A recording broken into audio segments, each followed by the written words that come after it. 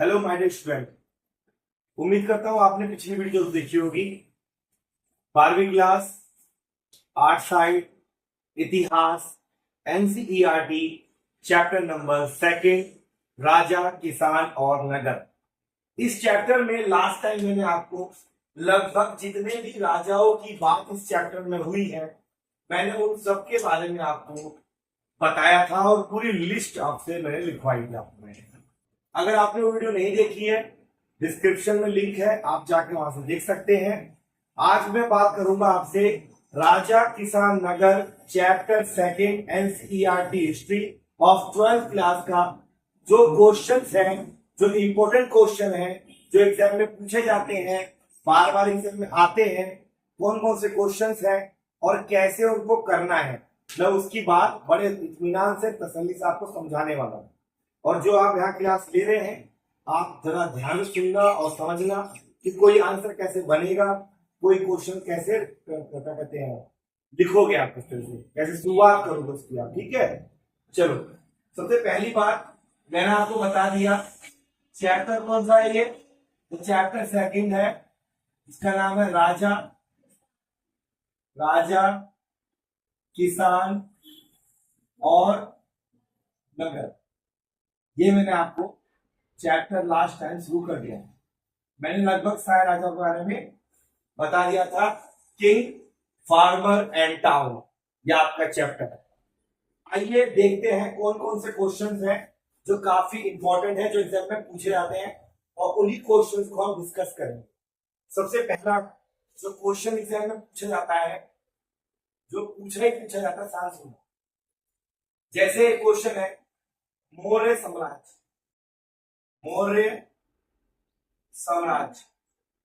मौर्य साम्राज्य की प्रशासनिक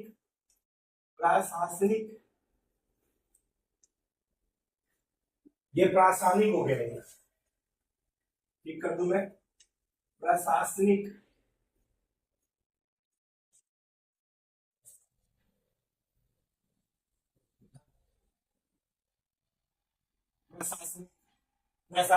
विशेषता, इसकी बात कर रहा हूं मैं, विशेषताएं की बात।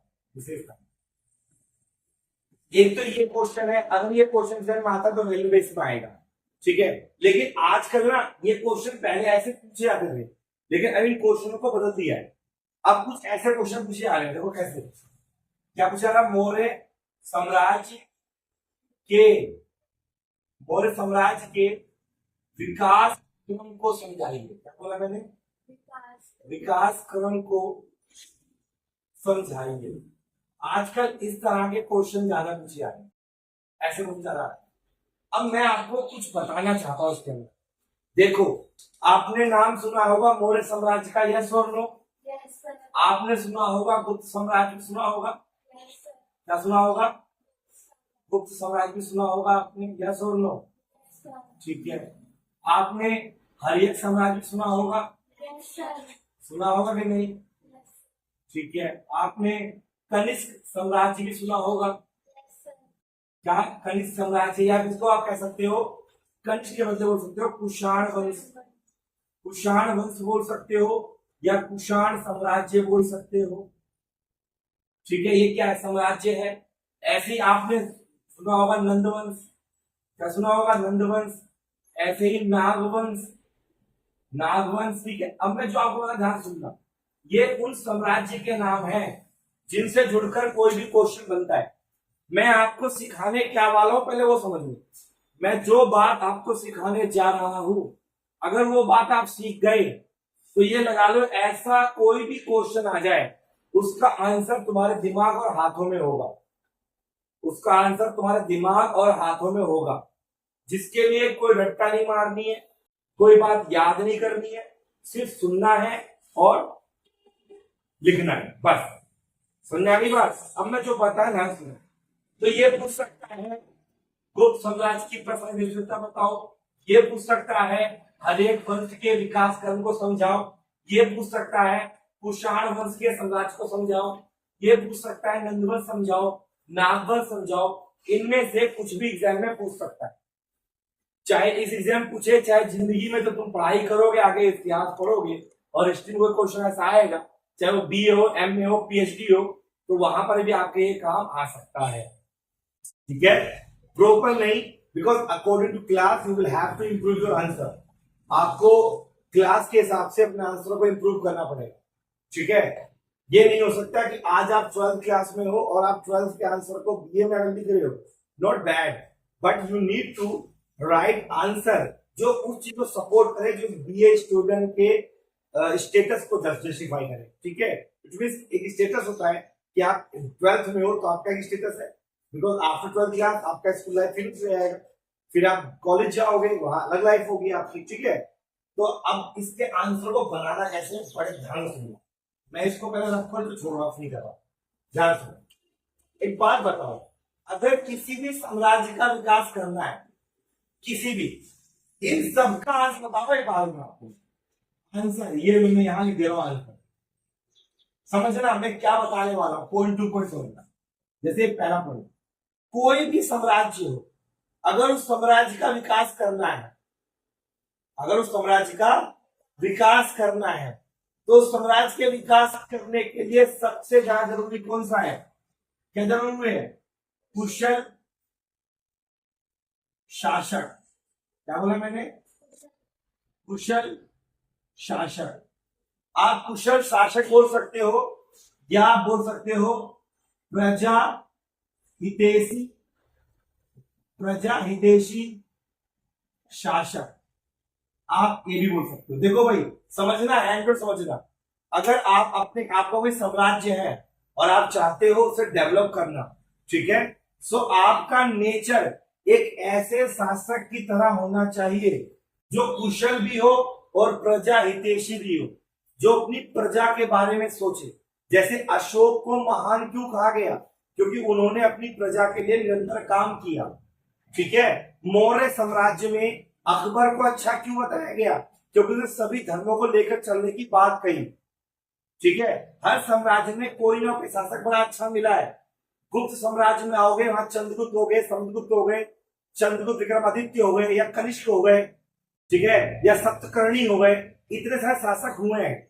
जो शासक प्रजा हितैषी रहा है, क्योंकि कुशल शासक बन सकता है इंसान, अपनी योग्यताओं को बढ़ा सकता है, लेकिन प्रजा हितैषी बनना यानी प्रजा के बारे में सोचना, ये जो शासक ऐसा करेगा वही शासक अपने साम्राज्य को काफी लंबे समय तक और काफी दूर तक ले सकता है और उसको डेवलप कर सकता है। लेकिन ये जरूरी है कि शासक पहले ऐसे सोचे और ऐसा करने की वो निरंतर कोशिश भी करे। और सुन लीजिए, पॉइंट क्लियर हो गया। अब मान लो आपको इसमें लिखना पड़े तो कैसे लिखोगे, बहुत सिंपल लिखना है।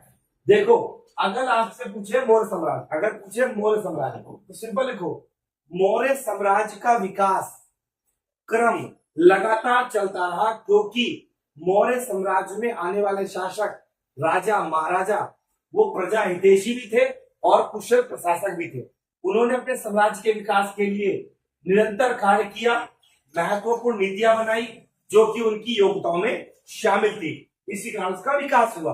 अब मान लो आपको बनाना है गुप्त साम्राज्य का, तो जो मैंने अभी आंसर बोला ना, वहां से मौर्य से हटा दो और गुप्त साम्राज्य लगा दो, वही आंसर हो गया। लेकिन when you change your answer you have to change the name of king। जब आप आंसर बदल रहे हो तो राजा का नाम भी बदलना पड़ेगा, which means you have to remember the name of king of empire। जो साम्राज्य है उसके राजा का नाम आपको पता होना चाहिए। भाई इतना तो पता होना चाहिए ना, पूरा आंसर नहीं पता है कोई बात नहीं, लेकिन इतना पता है बहुत बड़ी बात। शब्दों का खेल होता है आर्ट साइड, जितने अच्छे शब्द यूज करोगे आपकी आर्ट साइड उतनी बेहतर होगी, आपकी हिस्ट्री उतनी स्ट्रांग होगी। ठीक है, हिस्ट्री खुद कहती है अच्छा लिख मैं तेरे पास चल कर आऊंगी, हिस्ट्री खुद कहती है तो अच्छा लिख नंबर भरपूर दूंगी, लेकिन लिखना तो पड़ेगा ना आपको। ठीक है ना, ओके। माइक बार बार चेक करना पड़ता है कि माइक बंद ना हो जाए, क्योंकि हमारा माइक अभी तक आ नहीं पाया लगातार ऑर्डर करने के बावजूद भी। तो चलते हैं अगले टॉपिक पे, इट मींस नेक्स्ट पॉइंट। मैं आपको बता रहा हूं कैसे कैसे पॉइंट आप सोच सकते हैं। सिंपल पॉइंट, कोई गलत तो पॉइंट नहीं है ना। अच्छा, इसके साथ साथ क्या होना चाहिए, इसके साथ साथ मंत्रीगण, या मंत्रिमंडल, आप मंत्रीगण बोलो या मंत्रिमंडल बोलो, कोई फर्क नहीं पड़ता भाई, मंत्रीगण बोल दिया मैंने। ये गण ही लिखा है ना, मंत्रीगण, नहीं ये वाला ये वाला मंत्रीगण या मंत्रिमंडल। देखो, एक राजा अपने आप में अच्छा हो सकता है, बेहतर हो सकता है, कुशल भी हो सकता है, लेकिन वो अकेला है, और अकेला कभी भी कुछ, कहते हैं ना, अकेला चना कहीं बाहर नहीं फोड़ सकता, अकेला चना कुछ नहीं कर सकता। सेम वही राजा के लिए, वो अकेला राज्य चला नहीं सकता, वो अकेला साम्राज्य का विकास कर नहीं सकता, उससे जरूरत है एक सहयोगियों की, और वो काम कौन करते हैं? ये मंत्री करते हैं। तो एक राजा जरूरी है कि अपने दरबार में, अपने साम्राज्य में एक मंत्रिमंडल रखे, एक मंत्रिमंडल रखे और उससे परामर्श लेता रहे, सलाह मशवरा करता रहे कि जो मैं सोच रहा हूं वो गलत तो नहीं है। अगर आपको कोई नीति बनानी है तो डिस्कस टू योर मिनिस्टर्स, आप अपने मंत्रिमंडल से डिस्कस करें कि जो मैंने बनाई नीति है, क्या ये नीति मेरे समाज के लिए अच्छी है, बेहतर है। जब सबकी राय होगी तो जाहिर सी बात है राजा का डिसीजन सबसे बेहतर होगा और साम्राज्य के विकास में चार चांद लगाएगा। यस और नो? ओके, अच्छा, और देख लीजिए पॉइंट, एक थर्ड पॉइंट और देख लीजिए, ठीक है, क्योंकि पॉइंट बहुत सारे हैं, several point, you can create many point for your answer. Do not think about learn, just think about create the answer. बनाने की सोचो, लर्निंग प्रोसेस छोड़ दो। If you know about the empire, if you know about the king, so you just create your answer, ठीक है। अगर आप राजा जानते हो, साम्राज्य जानते हो, तो you have potential to create your answer. आपका पोटेंशियल है आंसर लिखने की, आंसर लिखने की पोटेंशियल तुम्हारे अंदर है अगर तुम ये चीज जानते हो। अगला पॉइंट, अगर एक राजा के लिए राजा हो गया, साम्राज्य के लिए मंत्रिमंडल भी हो गया, अब एक और चाहिए, क्या होगा? सेना, सेना का प्रशिक्षण, प्रशिक्षण।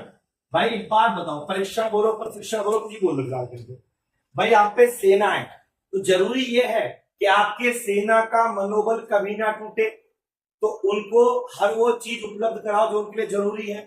समय पर खाना मिलना चाहिए, उनकी समय पे सैलरी मिलनी चाहिए। भाई उस समय सैलरी मिला करती, इतना नहीं मिलती नहीं थी, मिलती थी, ठीक है। उसके साथ साथ ये जरूरी है राजा के लिए कि वो सेना को लगातार ट्रेनिंग देता रहे।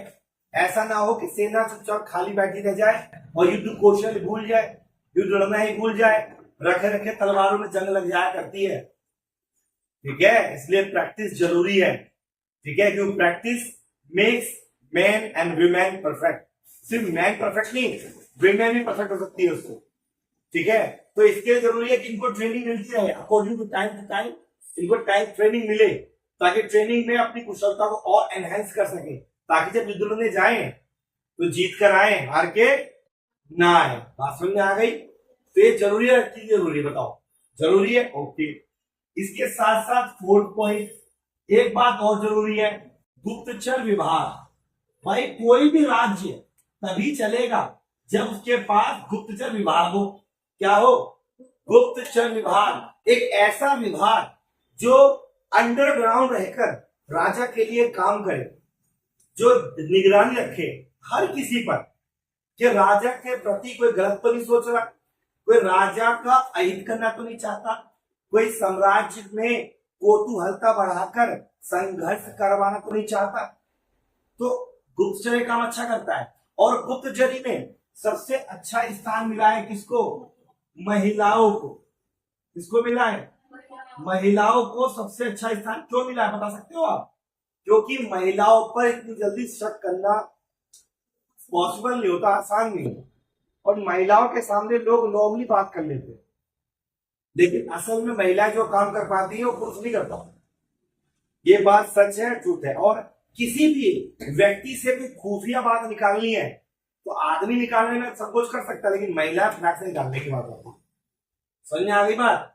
सोसाइटी का समय ये चल रहा है, रियलिटी है, हमने सब कहा सीखा है, भूतकाल में सीखा है, ठीक है ना। तो ये कुछ पॉइंट बताए मैंने, 4। आपको क्या लग रहा है सिर्फ 4 पॉइंट? अरे बहुत सारे पॉइंट है, आप थक जाओगे लिखते लिखते लिखते लिखते थक जाओगे, पॉइंट खत्म नहीं होंगे। ये देखो 5वां पॉइंट भी ले लो, एक होता है आर्थिक आर्थिक आर्थिक क्षेत्र। भाई राजा का काम ये भी है कि वो अपने आर्थिक क्षेत्र पर निरंतर ध्यान रखे। ठीक है, क्यों? क्योंकि जरूरी है। अगर व्यापार नहीं करेंगे, अगर व्यापार ही नहीं करेंगे तो भैया इनकम सोर्स कहां से जनरेट करेंगे?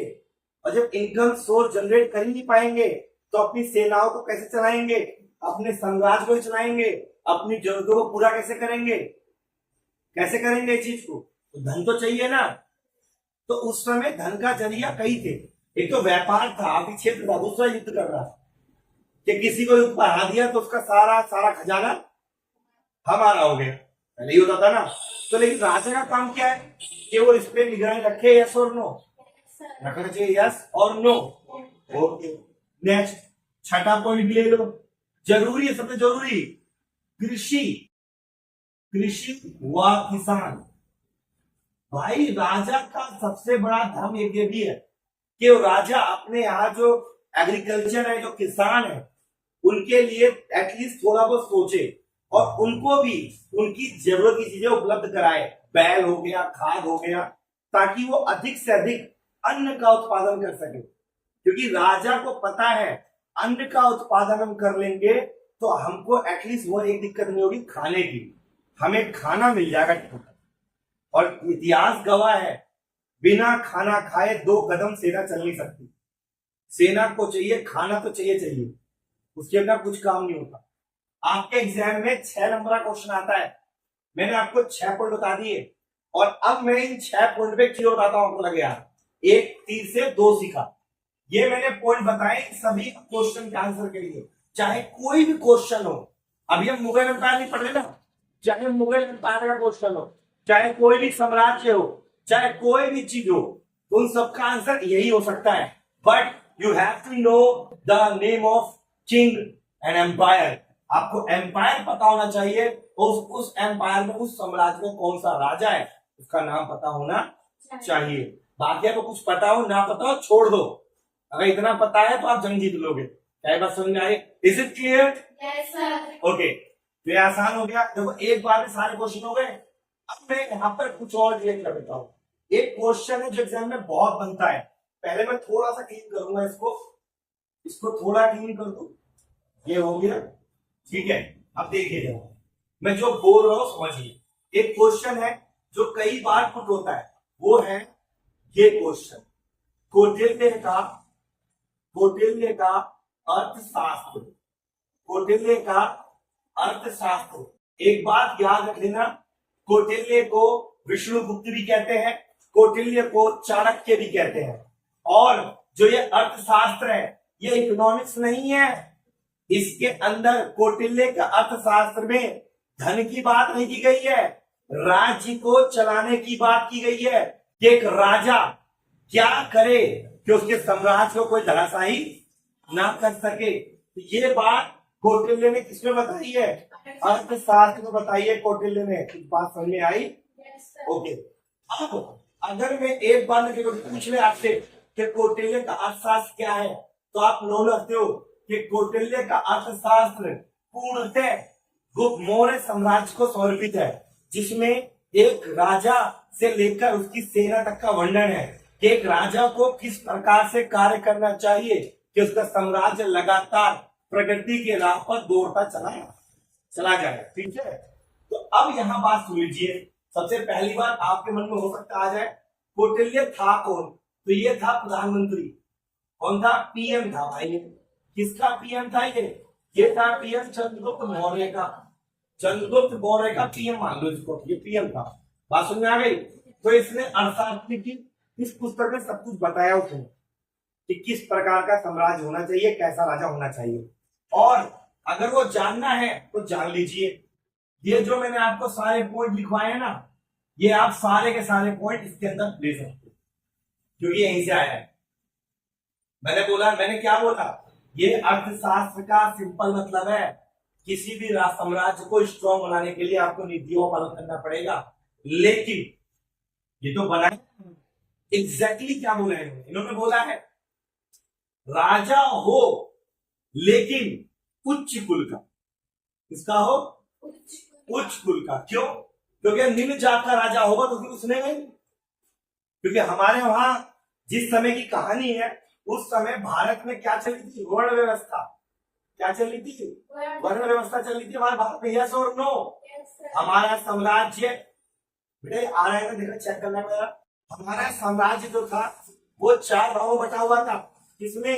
एक था ब्राह्मण, एक था क्षत्रिय, एक था वैश्य, एक था शूद्र। ये 4 भागों हमारा समाज बटा हुआ था। ठीक है, तो इसी कारण कौटिल्य ने कहा जरूरी है कि राजा अगर हो तो उच्च कुल का हो। ठीक है, अगर उच्च कुल का हो तो बेहतर है। दूसरी बात जो मैंने बोला प्रजा हितैषी है तो होना चाहिए। तीसरी बात मंत्रिमंडल होना चाहिए। इसमें बताया गया है मंत्रणा, कि राजा को मंत्रणा जरूर करनी चाहिए अपने मंत्रियों से। मंत्रणा मतलब क्या होता है कि मैंने ये नीति बनाई है अपने साम्राज्य के लिए, क्या ये नीति सही है? तो मंत्रिमंडल क्या करेंगे? मंत्रणा, आप डिस्कस करेंगे कि नीति सही है या नहीं है। तो मैंने इनके पॉइंटों को जस्टिफाई करके कुछ इस तरह का बनाने की कोशिश करी है। ठीक है, और मैं कोई चमत्कारी नहीं हूं, ना कोई अंतर्यामी हूं, ना कोई भगवान, मैं छोटा सा इंसान हूं जिसे थोड़ी बहुत नॉलेज है हिस्ट्री की, और थोड़ी बहुत नॉलेज को आप तक मैं पहुंचाने की कोशिश कर रहा हूं कि how to create your answer, आप कैसे आंसर बना सकते हैं। ये सीख गए आप तो सारी कहानी चुटकियों में सॉल्व हो जाएगी। अब बताइए ये आपको क्लियर हुआ या नहीं? Is it clear? आवाज खाना खा के आज भी नहीं आए हो? मुंह का इस्तेमाल करिए। Is it clear? थोड़ा बोल लिया करो तेज की जरा, बोलने में दिक्कत है आपको, बताओ। ये सारा क्लियर हो गया? बहुत बढ़िया बात है। तो इसमें इतनी बात राजी मैंने आपको। अब चलते हैं आगे। इसी चैप्टर में कुछ क्वेश्चन और है, मैं उसके बारे में डिस्कस कर लेता हूं, देख लेते हैं। लो, थोड़ा क्लीन देना पड़ेगा। जो यूट्यूब पर है वो स्क्रीनशॉट ले सकते हैं भाई। चलो पहले मैं इसे क्लीन कर दूं, फिर मैं बाकी समझाता हूं कि और मैं क्या बताने वाला हूं। अब तक हम 2 क्वेश्चन नहीं, कम से कम हम 10-15 क्वेश्चन डिस्कस कर चुके हैं एक क्वेश्चन से। ठीक है, यानी कि हमने लगभग सारे साम्राज्यों का अंत कर दिया एक ही आंसर से। ठीक है, अब इसमें एक आंसर और बनता है, इसका पतन कैसे हुआ। मान लो कह दे कि गुप्त साम्राज्य, मौर्य साम्राज्य है, कि मौर्य साम्राज्य अचानक गायब हो गया, उसका पतन कैसे हुआ, उसका विनाश कैसे हुआ। अगर बाई चांस ऐसा कह दे, इज इट वेरी सिंपल, कुछ मत करो, जो मैंने आपको बताया ना पॉइंट, इनको उल्टा कर दो। क्या कर दो? उल्टा कर दो। कुशल शासक, अकुशल शासक, मंत्रिमंडल, मंत्रिमंडल का अभाव। ठीक है, सेना, सेना में फूट, आर्थिक कमजोरी, कृषि पर ध्यान ना देना, उल्टा हो गए पॉइंट। जैसे ही उल्टे होंगे विनाश शुरू हो जाएगा। तो समझ में आया? सिंपल तरीका है, सीधी उंगली से घी निकालो और उल्टी भी कर लो उसके अंदर। ठीक है, अब चलते हैं अपने नेक्स्ट क्वेश्चन पर, जो एग्जाम में लगातार पूछा जाता है, और ये थर्ड है। वो है कौन सा क्वेश्चन है? समुद्रगुप्त। क्या बोला मैंने? समुद्रगुप्त को नेपोलियन, क्या बोला मैंने? नेपोलियन क्यों कहा जाता है? ऐसा पूछ सकता है, क्यों कहा जाता है?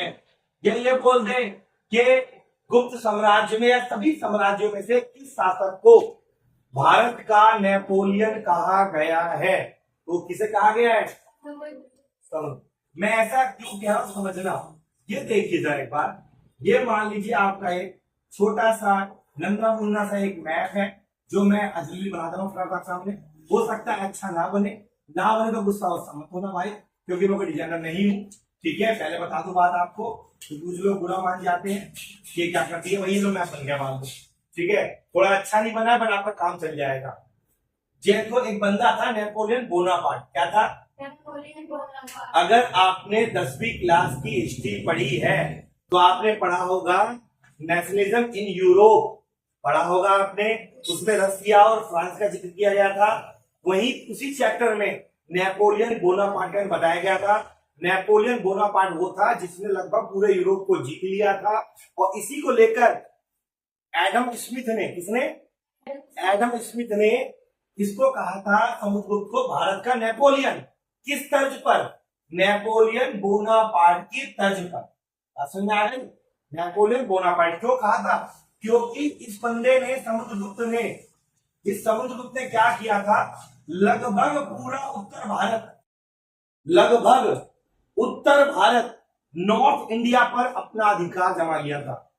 लगभग उत्तर भारत के सभी राजाओं को हरा चुका था और ये दक्षिण उतर चुका था, लेकिन वहां हार गया था। लगभग पूरा उत्तर भारत जीत चुका, इसीलिए कहा गया था इसको भारत का नेपोलियन। क्या ये बात क्लियर हुई? सबको समझ में आ गई बात वाली? अब इसको साफ करने तो जगह में पड़ेगी। तो हमारे पास डिजिटल भुगतानी कब होगा, जमाना नहीं कब होगा, बस हम तो मेहनत ही कर सकते हैं, मेहनत कर रहे हैं। पसंद आए तो भाई शेयर कर देना जो यूट्यूब पर देख रहे हैं, बाकी जो ऑफलाइन वाले हैं वो भी थोड़ी कोशिश करें। देखो इसके साथ साथ एक क्वेश्चन जो होता है, एक टॉपिक आता है बार बार, वो है प्रयाग। क्या बोला मैंने? प्रयाग प्रशस्ति। प्रयाग प्रशस्ति, प्रयाग प्रशस्ति है इलाहाबाद में भाई, एक स्तंभ लेख है। क्या है? एक स्तंभ लेख है, स्तंभ लेख है। और इस स्तंभ लेख को देखो, यहाँ पर कई सारी बातें स्तंभ लेख को लेकर। ये स्तंभ लेख तो इसका अशोक का है, लेकिन इसके ऊपर ही बाद में स्तंभ लेख यहां से लेकर वहां तक ले जाया गया था, ठीक है। और इसमें नाम आता है, अकबर का नाम आया था। सोचने वाली बात यह है, क्योंकि ये बाद में वहां पहुंचा, हम तो बाद में पैदा हुए हैं ना, तो दिख गया वहां पर लिखा हुआ। इस स्तंभ लेख में, इस प्रयाग प्रशस्ति में पहली बात तो इसमें लिखा किसने है? इसको लिखा हरिसेन ने। किसने लिखा है? हरिसेन में। जो समुद्र का क्या था, ये दरबारी कवि था। क्या था ये? दरबारी कवि था। किसका? समुद्रगुप्त का। इसने ये प्रयाग प्रशस्ति लेख लिखा है। प्रयाग प्रशस्ति स्तंभ लेख या लेख लिखा है। किसने लिखा है? हरिसेन ने। और समुद्रगुप्त को जो ये सिक्के पाए गए, सिक्के क्या पाए गए हैं? सिक्के। उन सिक्कों में देखा गया है इसको वीणा बजाते हुए। क्या बजाते हुए? वीणा बजाते हुए। एक बात अच्छे से याद रखें ना, वीणा मतलब सरस्वती माता की अगर फोटो देखिए आपने, उनके हाथ में एक बजाने की चीज है, इसको हम वीणा कहते हैं, ठीक है। तो उसको बजा देखा गया है। इसलिए कई बार पूछ लेते हैं कि गुप्त समाज का शब्द बताओ जिसे संगीत से प्रेम था, तो बोला जाता है वो समुद्रगुप्त था। सिर्फ इस बात पे बोला जाता है क्योंकि इसका वीणा था। अबे था या नहीं था मुझे पता नहीं, लेकिन वीणा हाथ में थी तो बोल दिया संगीत प्रेमी था।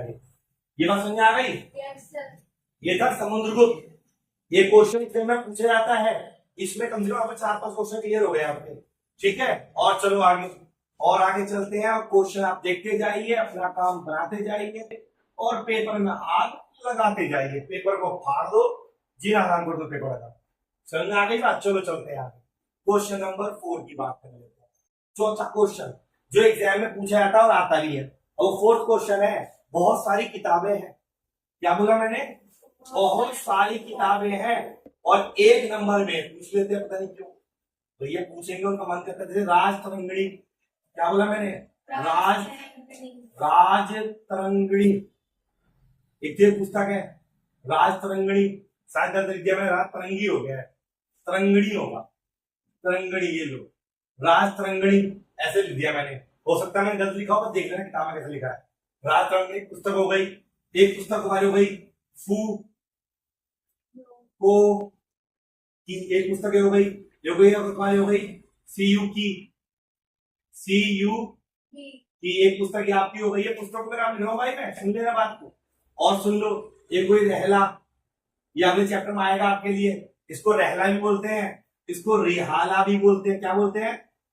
रिहाला भी बोलते हैं। और पुस्तकों के नाम इसके दे रखे हैं, बता सकता कोई मेरे को? जैसे बताओ, जैसे अभिज्ञान शकुंतलम, अभिज्ञान शकुंतलम, शकुंतलम एक ये भी पुस्तक है, पूछा जाता है इसके बारे में। और बताइए,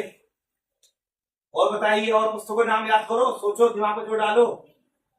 है मेघदूतम, ये तो इसी की है। लो मेघदूतम, ठीक है। हर्ष चरित्र और मुद्रा राक्षस, इसकी भी कोई बुक है, ठीक है। इससे बाहर एग्जाम में नहीं पूछेगा आपसे। और जाओगे, एक तो आईने अकबरी भी है, लेकिन अकबर वाले चैप्टर में आएगा। और जाओगे, एक और है तुम्हारी, क्या कहते हैं, किताब उल हिंद लिख दू भाई, हुई अगले चैप्टर में आएंगे सब चीजें। किताब उल हिंद एक पुस्तक ये दी है। अब आपको इनके नाम एग्जाम में पूछेगा, नंबर पूछेगा आपसे, लेकिन पता होना चाहिए। जैसे किसने लिखी है बताओगे? किसने? राजतंगड़ी हरिशंकर ने लिखी है। वाह क्या बात है। कल्हण ने लिखी है इसको। वाह क्या बात है। कल्हण याद आया, इसको लिखी है कल्हण ने लिखी है। फूको किसने लिखी है? फाहियान ने लिखी है इसको। फाहियान पता नहीं अजीब सा नाम है इसका। इसको लिखा है वेन श्याम ने लिखी है। वेन श्याम किसने लिखी है पुस्तक? रेला लिखी है तुम्हारा। इब्न बतूता ने लिखी है। इब्न बतूता, इब्न बतूता ने लिखी है। और ये लिखी है कालिदास ने। किसने लिखी है? कालिदास ने लिखी है। ठीक है। और ये किसने लिखी है? हर्षचरित। बाण भट्ट ने लिखी है। वेरी गुड, अब सही जा रहे हो। बाण भट्ट ने लिखी है। मुद्रा लिखी है विशाख दत्त ने। विशाख दत्त ने लिखी है ये। और ये लिखी है तुम्हारे अल बिरूनी ने। किसने लिखी है? अल बिरूनी इसने लिखी है। ये पुस्तकें लिखी हुई है आपके एग्जाम में, जो आपके एग्जाम में पूछी जाती है और पता होनी चाहिए। क्या ये समझ आ गए पुस्तकों के नाम? मैं भी आप आपसे पूछूंगा, करवा के देखूंगा आपसे। ठीक है, एक बात ध्यान अच्छे से। कहीं लग रहा हो कि प्रसाद मिल रहा है, लाइन में लगे पड़े प्रसाद लेते रहेंगे, प्रसाद के बदले काम भी करवाऊंगा भी ट्यूशन में। ये क्लियर हो गया? सब देख लिया? कोई दिक्कत? अब इसी में एक चीज और आती है भाई, वो भी समझना पड़ेगा हमको साथ साथ में, क्योंकि इसी चैप्टर में एक साम्राज्य है जिसका जिक्र हुआ है, वो है गुप्त साम्राज्य। क्या बोला मैंने? गुप्त साम्राज्य। और ये पूछा जाता है कि गुप्त साम्राज्य को प्राचीन भारत का स्वर्ण युग क्यों कहा जाता है? ये क्वेश्चन पूछ लेते हैं। ये क्वेश्चन ऐसा सदाबहार क्वेश्चन है। ये देखो, ये 12वीं में है, ये बीए फर्स्ट ईयर में है, ये बीए सेकंड में मिलेगा आपको, फिर मिलेगा आपको एमए में। देख रहे हो, बीए फर्स्ट ईयर में भी एमए में भी है, 3 बार आएगा आपके सामने क्वेश्चन। बड़ा अच्छा क्वेश्चन है। देखो, क्यों कहा जाता है, सिंपल बात समझना। यहां स्वर्ण का मतलब गोल्ड नहीं है, यहां स्वर्ण का मतलब है ऐसा समय जो अच्छा था, जिस समय स्त्रियों को भी समानताएं थी, जिस समय पुरोहितों को आजादी थी, जिस समय भेदभाव नहीं था, जिस समय चोरियां नहीं होती थी। उस समय के राजा अपनी प्रजा के लिए काम करते थे, हर तरफ खुशहाली थी। क्या थी? खुशहाली। और यही वो समय था जब हमारे देश में महान हस्तियों ने जन्म लिया था। जैसे जब जीरो दिया मेरे भारत ने, आर्यभट्ट, ये भी समय थे। ठीक है, किसके काल में थे ये? चंद्रगुप्त विक्रमादित्य के शासन काल में थे ये। समुद्र बेटा चंद्रगुप्त विक्रमादित्य, बाण आर्य हो गया आर्यभट्ट। और देखो, जिन्होंने बताया था कि ये पृथ्वी कैसी है, नक्षत्र वगैरह बताए थे, कौन है? 12 मिहिर। क्या लिख रहा हूं मैं? 12 मिहिर। मिहिर ये भी थे।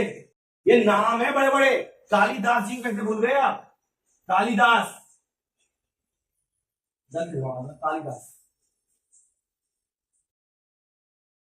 कालिदास, कालिदास थे। ऐसे अनेक किताबों में बहुत सारे बंदे हैं, कुछ किताबें पढ़ोगे नहीं पढ़ोगे, सारा भी पढ़ा दें। ठीक है, ये ऐसे से बंदे थे। और एक बात और बोली जाती है कि ये वही समय था जिस समय हमारे यहाँ पर मतलब भारत के अंदर में रामायण और महाभारत के लिए भी काम किया गया था। रामायण और महाभारत के लिए भी काम किया गया था, यह कहे उसके बारे में लिखा गया था। ठीक है, और ये क्वेश्चन एग्जाम में पूछा जाता है। अब बताओ क्लियर हुआ कि नहीं? बोलो, इसमें कोई दिक्कत परेशानी कुछ है तो मुझे बता दो। कोई दिक्कत नहीं है ना? ठीक है, कोई दिक्कत नहीं है। आखिरी बात रह गई, इसी चैप्टर में आपके सामने बात हुई है 16 महाजनपद के बारे में। 16 महाजनपद इसका जिक्र किया गया है। और ये 16 महाजनपद की वीडियो आपको मेरे इसी YouTube चैनल पर मिल जाएगी। आप नीचे जाओगे, पूरा का पूरा वीडियो बना रखा मैंने 16 महाजनपद, उनकी राजधानी को लेकर। आप उसे देखकर 16 के 16 महाजनपद को लिख सकते हो, बल्कि इसे समझ भी सकते हो। ये मैंने जो बताया, ये सेकंड चैप्टर का दूसरा पार्ट था हिस्ट्री क्लास का। मैंने लगभग जितना भी हो सकता था मैंने बताया इसके अंदर है। अगर इतना भी पढ़ लोगे तो इस चैप्टर के छिछड़े जाएंगे, छिछड़े कब जाएंगे, छिछड़े हो जाएंगे। चैप्टर में जान बची नहीं, खत्म का चैप्टर। इसको जान से मार दिया हमने। ठीक है, आप भी समझ आ गया आपको। उम्मीद करता हूं कि आप इसकी प्रैक्टिस करेंगे, और जो यूट्यूब पे देख रहे हैं आप भी प्रैक्टिस कर लेना। कुछ दिक्कत परेशानी हो तो कमेंट कर देना, और अगर लग रहा है कि आपके लिए थोड़ा बहुत अच्छा काम हो रहा है तो शेयर भी कर देना, सब्सक्राइब भी कर लेना। मिलेंगे अगली क्लास में अगले टॉपिक के साथ। तब तक आप सभी को मेरी तरफ से और मेरे इस अध्ययन मंथन छोटे परिवार की तरफ से जय हिंद।